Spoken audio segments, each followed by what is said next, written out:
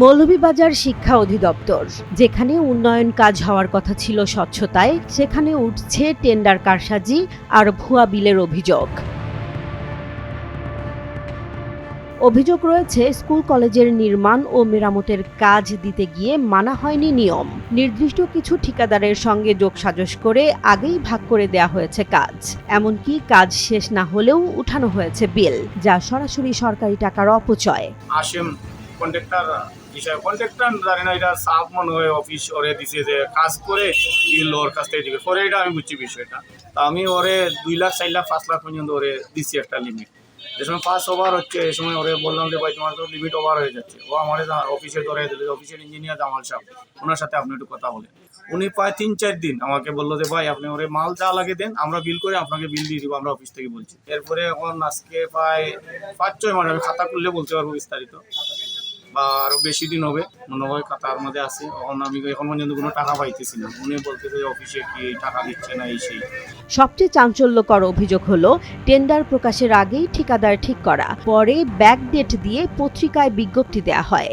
সাধুয়াটি আমি তো মাঠ পর্যায়ে কাজ করি না, আর আমার সাধুয়াটি স্কুলের ব্যাপারে কোনো ধরনের কোনো সংশ্লিষ্টতা নাই। স্থানীয়দের দাবি, একটি নির্দিষ্ট গোষ্ঠীর বাইরে টেন্ডার পাওয়া প্রায় অসম্ভব।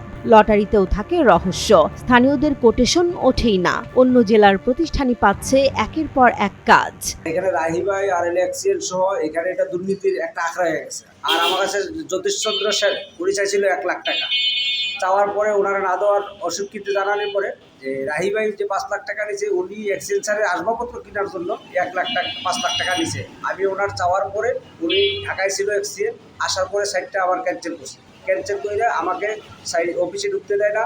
এখানে যে খাসটা প্রায় 60 তলা পর্যন্তই কিন্তু হাসিম সাহেব গাঁথনি উতনি সব কিছু করছে।